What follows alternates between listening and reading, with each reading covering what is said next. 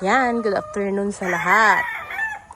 Araw ng Saturday. Ayan, ang ating mga yun ang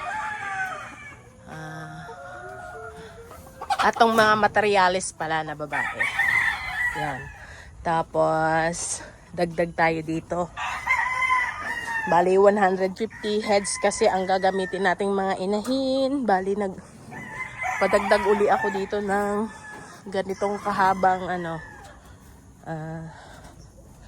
battery cage. Ayan. Binago natin yung design. Yan. Hanggang doon yan. Kumusta ang mga trabaho nyo dyan? Ayan. Ang ating yan. Hanggang dito yung battery cage natin. Para hanggang doon yan. Para magamit natin yung 150 heads na inahin. Ang ganda naman.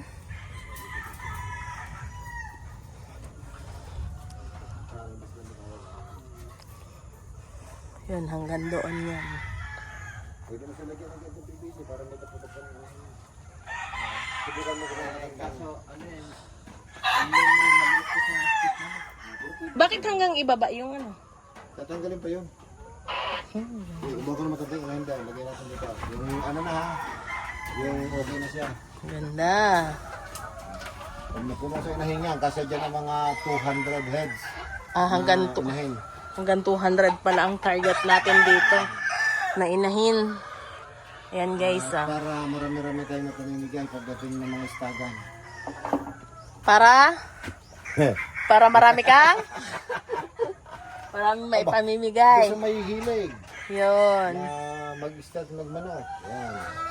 Magbibili tayo ng marami para mayroon silang mga pangpanimula. Ganon. Ayun pala yun. Hanggang doon nga. Hindi na buksan ko ilagay. Okay na. Hindi, ilagay dito. Liwanag naman. Para makikita ko yan. Diyan ka lang.